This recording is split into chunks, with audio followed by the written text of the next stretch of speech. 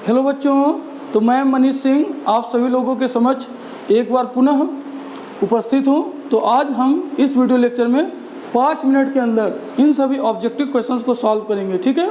और अगर आपको अच्छा लगे हमारा ये पैटर्न तो आप ज़रूर लाइक करें और हमें मोटिवेशन दें, ठीक है।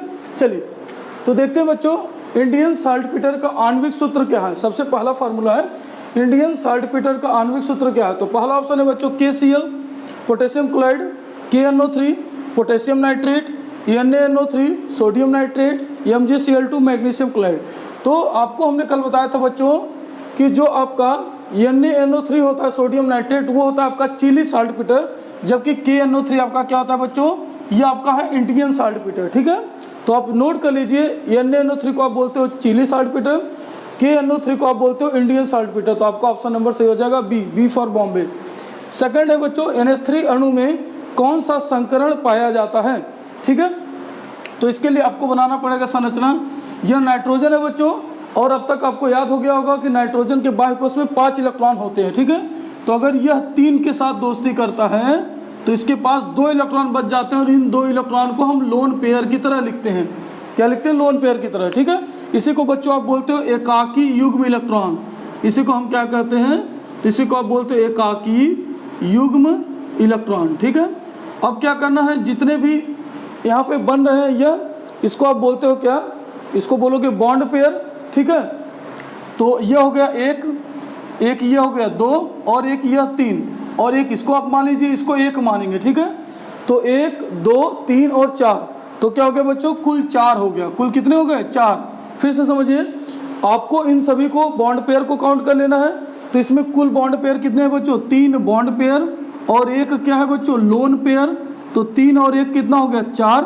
और 4 के लिए अब आप इस तरह से लिख लीजिए, 1 यस लिखिए और 3 पी लिखिए, 1 2 3, और 5 डी लिख लीजिए, 1 2 3 4 और 5, ठीक है। और 4 के लिए आप गिन लीजिए ऊपर से, 1 2 3 4, ये आपका 4 हो गया। 4 को आप बोलते हो बच्चों sp3। तो इसका संकरण कौन सा हो जाएगा बच्चों? sp3। समझ में आया या नहीं? ठीक है।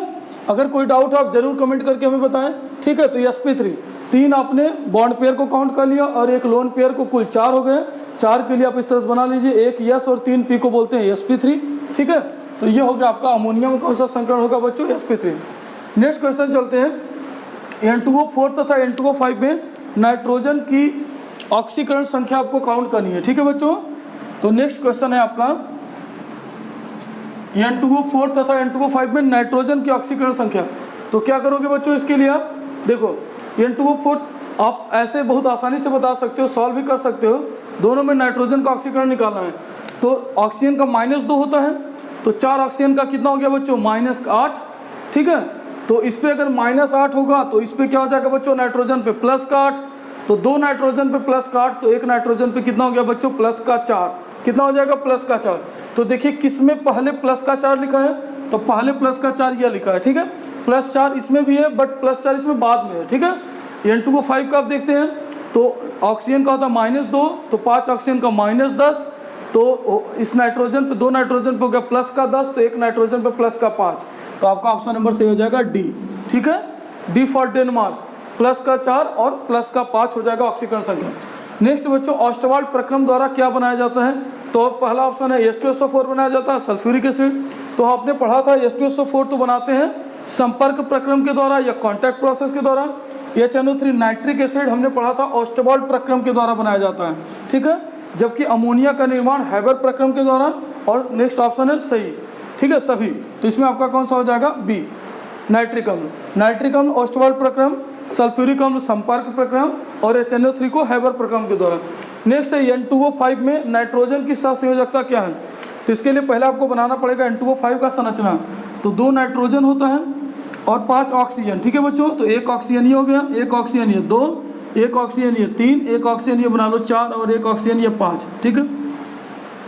ऑक्सीजन के बाह्य कोश में 6 इलेक्ट्रॉन होते हैं, और अगर इसने 2 के साथ दोस्ती किया, एक इधर बॉन्ड बना, एक इधर, तो 4 इलेक्ट्रॉन बच गया। तो इस 4 इलेक्ट्रॉन को 2 लोन पेयर आप बना लो, ठीक है, 2 लोन पेयर।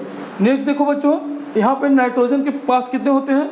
तो नाइट्रोजन के बाह्य कोश में 5 होते हैं, क्योंकि 15वें वर्ग का तत्व है, तो 5 बाह्य कोश में इलेक्ट्रॉन होते हैं। तो 5 होगा बच्चों, तो 2 इलेक्ट्रॉन पूरी तरह से दे देता है, ठीक है।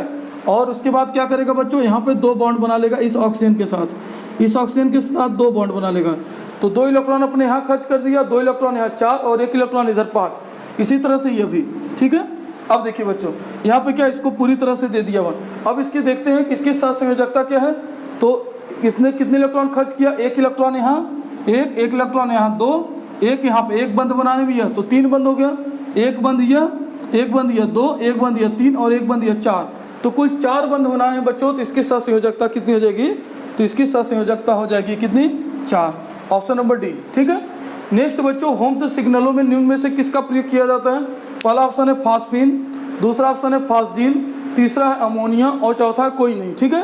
तो इसमें बच्चों होम सिग्नलों में किसका प्रयोग किया जाता है, तो आप बोलोगे फास्फीन का उपयोग किया जाता है, PS3, ठीक है। फास्फीन किसको बोलते हो बच्चों आप, तो फास्फीन आपका कहलाता है PH3, ठीक है। फास्फीन क्या कहलाता है, PS3। नेक्स्ट है बच्चों, PCl3 की संरचना क्या होती है, ठीक है। तो PCl3 की आपको संरचना जानना है, तो PCl3 का पहले आप बनाइएगा क्या, इसके लिए आपको पहले पता होना चाहिए, ये फास्फोरस हो गया और इसके बाह्य कोश में कितने इलेक्ट्रॉन होते हैं, तो नाइट्रोजन के ठीक नीचे न्यूजीलैंड पाकिस्तान, ठीक है।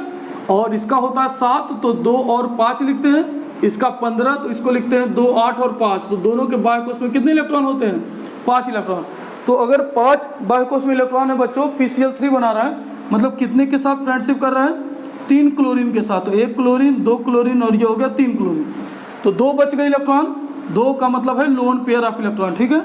और इस तरह की जो संरचना होती है बच्चों, इसको हम बोलते हैं पिरामिड, ठीक है। बिल्कुल ये तीनों क्या होता है, इस तरह से एक पिरामिड की तरह दिखता है, ठीक है। इसीलिए इसको कहा जाता है पिरामिडल संरचना या पिरामिड बोलते हैं, ठीक है बच्चों, इसको पिरामिड बोलते हैं। तो आपका ऑप्शन कौन सा सही हो जाएगा, पहला है कोणीय, दूसरा चतुष्फलकीय, तीसरा पिरामिड। तो आपका ऑप्शन हो जाएगा सी सही, पिरामिड। और चौथा है अष्टफलकीय, ठीक है। तो आपका पिरामिड हो जाएगा। तो आई होप आपको समझ में आया होगा, ठीक है।